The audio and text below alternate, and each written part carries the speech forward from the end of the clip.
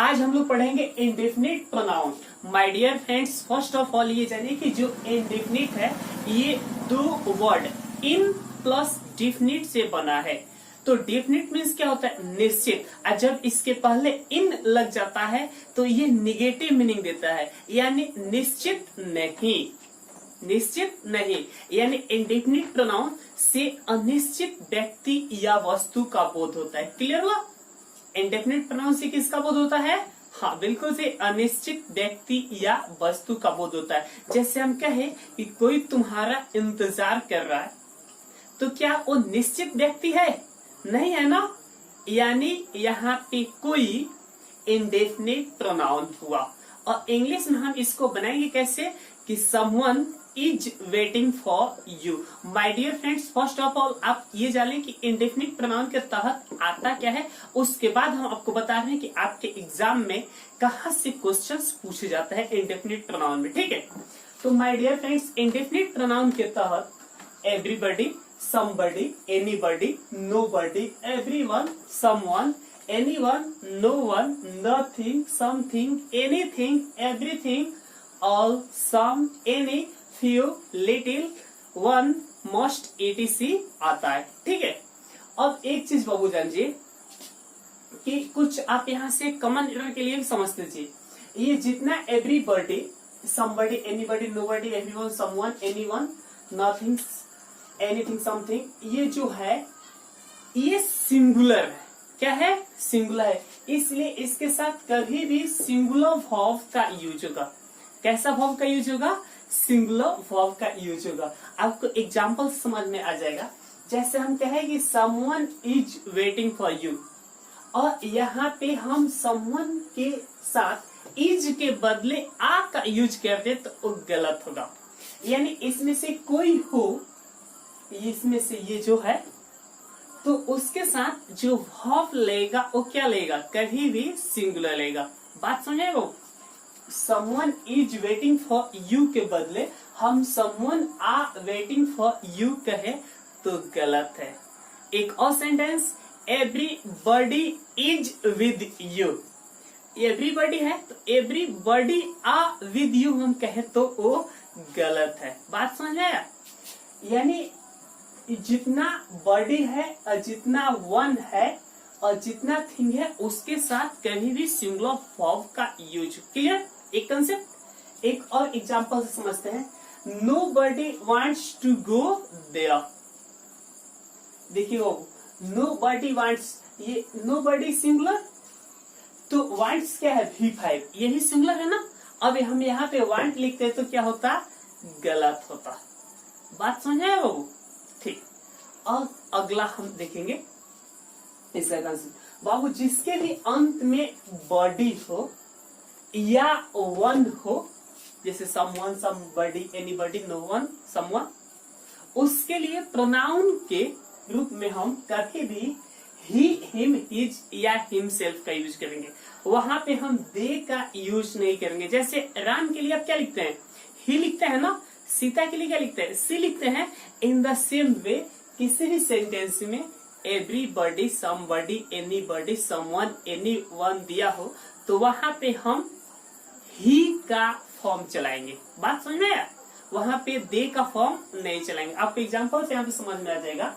जैसे everybody should love there या his country, कौन होगा? माय डियर फ्रेंड्स, अभी आपको बताया ना कि जितना बॉडी हो जिसके अंत में या वन हो, वहां पे प्रोनाउन के रूप में हम किसका चलाएंगे फॉर्म? ही का। तो यहाँ पे हिज हमारा सही होगा, देयर क्या होगा? गलत होगा। यानी यहाँ पे हम लिख गए हैं बॉडी वन होगा तो ही, हिम, हिज, हिमसेल्फ सही होगा, और दे क्या होगा? गलत होगा। बात समझे?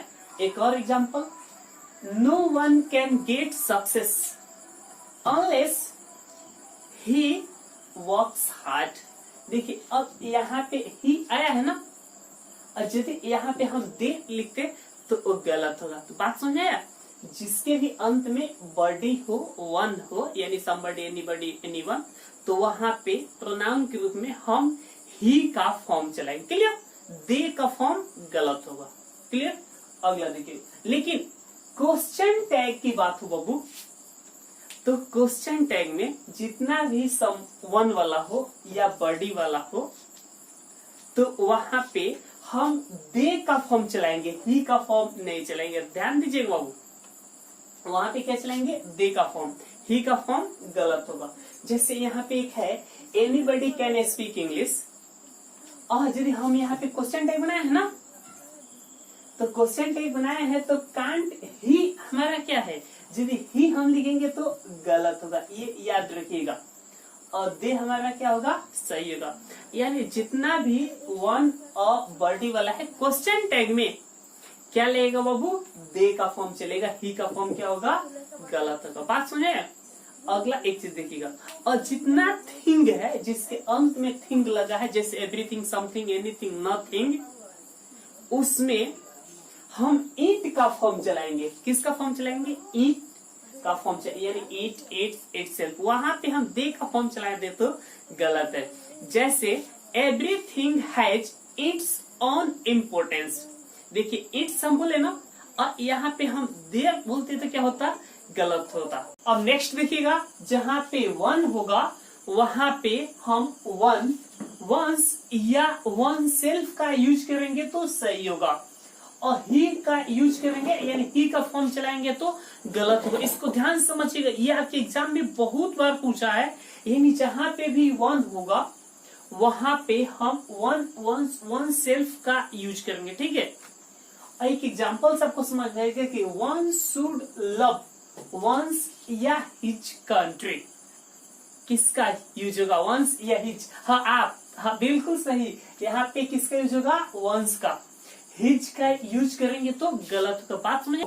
यानी वन का होगा तो हम वंस, वन सेल्फ का फॉर्म चलाएंगे। क्लियर कंसेप्ट देखिएगा जो बहुत ही इंपॉर्टेंट है माय डियर फ्रेंड्स, जहाँ पे never, nobody, nothing, no one दिया हो तो वहां पे हम उसके पहले ऑलमोस्ट या हार्डली का यूज कर सकते हैं, लेकिन किसी भी कंडीशन में never, nobody, nothing, no one के पहले यदि हम नियरली का यूज करें तो गलत होगा। बात समझिए बाबू, नेवर, नोबडी, नथिंग के पहले ऑलमोस्ट या हार्डली आ सकता है, लेकिन नेवर, नोबडी, नथिंग के पहले नियरली कभी नहीं आएगा। ये बहुत ही जरूरी है, आपके एग्जाम में बहुत बार पूछा है। जैसे आपके एग्जाम्पल से यहाँ पे समझ में आ जाए, जैसे पूजा इज ऑलमोस्ट या nearly never at college at 5 o'clock। My dear friends, यहाँ पे नेवर दिया है तो नेवर जब देगा इसमें से कोई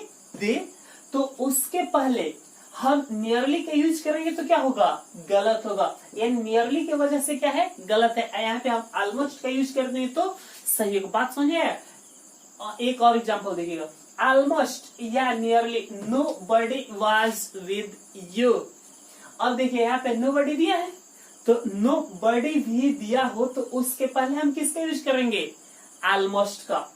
नियरली का यूज गलत होगा। बात समझे? यानी जहां पे भी नेवर, नोबडी, नथिंग दिया हो तो उसके पहले हम किसके यूज कर सकते हैं? ऑलमोस्ट या हार्डली का यूज कर सकते हैं, लेकिन हम किसी भी कंडीशन में नियरली का यूज नहीं कर सकते हैं, ठीक है। अब एक चीज और देखिएगा, जहां पे ये एनीवन और ये एनीवन दिया हो, ठीक है, एवरीवन और एवरीवन। देखिए एक पास में है, एक में गैपिंग है, तो जो पास में है ना उसका यूज पर्सन के लिए होता है, और जिसमें गैपिंग है वो थिंग के लिए होता है। थिंग मीन्स वस्तु और पर्सन मीन्स व्यक्ति। बात सुनिए, यहाँ एग्जाम्पल से समझ में आ जाएगा। जैसे एनीवन ये दिया है और एनीवन ये दिया है। कैन स्पीक इंग्लिश, यानी कोई भी अंग्रेजी बोल सकता है। तो क्या कोई आदमी बोल सकता है या जानवर बोल सकता है? कोई थिंग बोल सकता है, ऑफकोर्स कोई आदमी बोल सकता है। तो आदमी के लिए हम कौन एनीवन लिखेंगे? ये एनीवन लिखेंगे, ठीक है। तो हमारा ये हम लिखे कहीं एनीवन कैन स्पीक इंग्लिश तो सही है, लेकिन ये हम एनीवन कैन स्पीक इंग्लिश लिखे तो गलत है। बात सुने बाबू, स्पेस की कमी है जिसकी वजह से सबका एग्जाम्पल नहीं दे रहा है, समझ लीजिएगा।